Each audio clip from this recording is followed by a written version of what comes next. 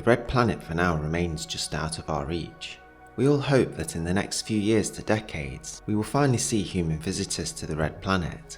The third solar system body humanity will have visited. Much is detailed about the red world, and many videos have been dedicated to chronicling the goings-on once we finally get there. But what happens next? Or are we just going to stop there and that's it?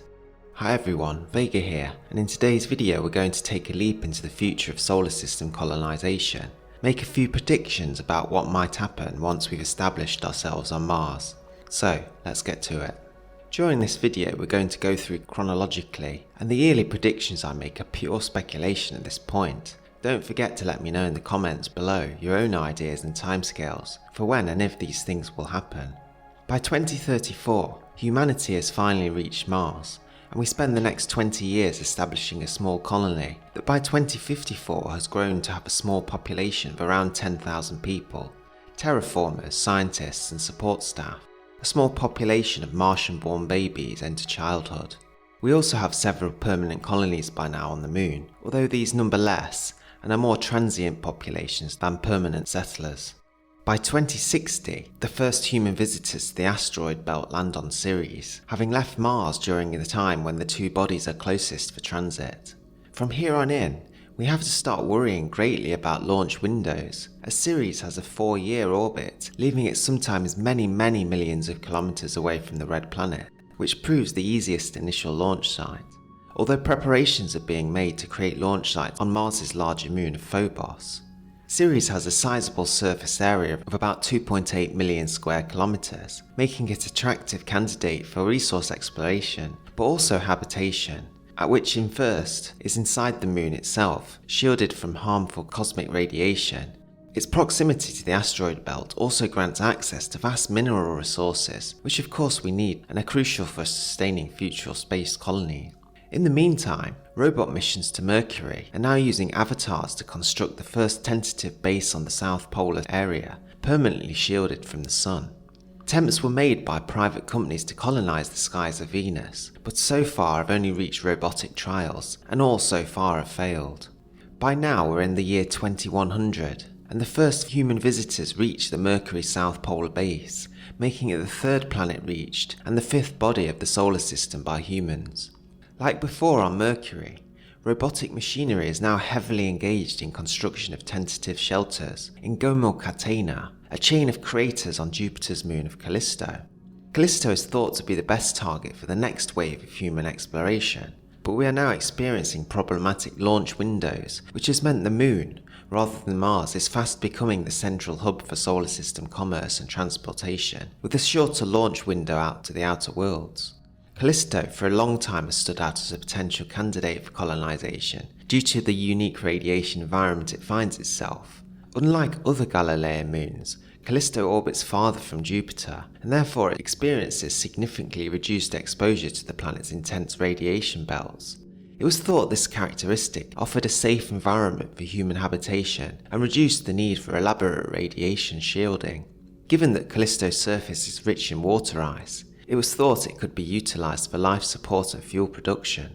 The year is now 2130, and our Martian colonies now approach 500,000 population, as well as many as 100,000 inhabiting the lunar settlements. Mercury also now has its first permanent colonists, although numbers are still low.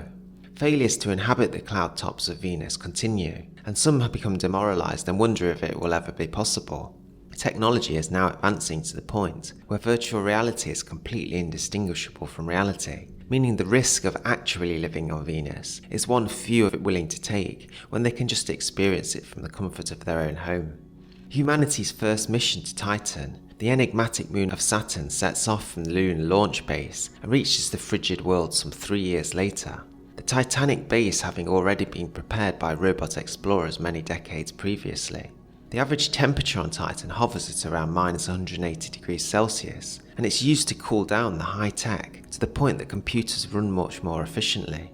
It's thought that Titan at some point will become the new Silicon Valley of the solar system, although advancements in technology and transhumanism are now reaching the point where life extension is reality and death itself is likely soon to be cured. And indeed, with virtual reality becoming more reality than reality itself, Solar system exploration now, like lunar exploration after the Apollo missions all those years ago, is slowly being put on the back shelf. Now Titan is colonized. Things happen faster though, and by 2140 Titania and Oberon, two moons of Uranus, have been visited with robotic explorers having set up base structures in the previous 2 decades. Titania, the largest moon of Uranus, is also characterized by an icy surface and relatively low surface temperature, but it's also relatively, by solar system averages at least, having a thick exosphere or indeed atmosphere. Its surface also reveals sign of geological activity, possibly presenting geothermal energy prospects for future colonists to exploit. By now we've reached our first signals back from Proxima Centauri. A space probe was launched in 2060. The fastest thing ever created by humans. It spent the last 90 years travelling at around 5% light speed, accelerated initially by an array of laser-guided satellites, while using stellar wind from cosmic medium to accelerate further and eventually decelerate into a fast flyby of the small star, continuing on its way to the larger pairing of the Alpha Centauri A and B, which await its arrival in around a year's time. Meanwhile, Triton and Pluto are the final long-term destinations for humanity to explore, and by the year 2200, Neptune's moon with geysers and tidal heating becomes the first of the two to be explored by humans. As the most distant planet-like object in our solar system, the dwarf planet Pluto and its moon Charon are soon also reached, and tentative steps begin to terraform Pluto some 50 years later, as humanity has decided now that Pluto is actually the first best destination for colonization. It proves, of course, to be a monumental endeavour and requires extraordinary advancements in almost interstellar travel and indeed deep space survival. As humanity sets its sights on solar system colonization, Mars and Moon represent important stepping stones within our current grasp. However, many of our solar system's celestial bodies, beyond these initial targets, provide fascinating and interesting opportunities for both future exploration and indeed habitation. From the mineral-rich Ceres and radiation-safe Callisto, to the beautiful Titan, the moons of Uranus, Triton, and indeed Pluto, colonization of each celestial body in our solar system presents unique challenges and indeed rewards. Our dreams of solar system colonization continue to drive human ingenuity, pushing the boundaries of technology and knowledge in our quest to explore and indeed thrive in the vast spaces outside of our Earth. Thanks for watching, and consider subscribing if you haven't already. If you'd like to support the channel further, you could consider buying me a coffee, and I'll link this in the description. Thanks to those of you who have already done so, and if you have any videos or subjects you'd like to see brought to life, let me know in the comments below. Take really good care of yourself and look after your friends and family well, and I'll see you on the next one.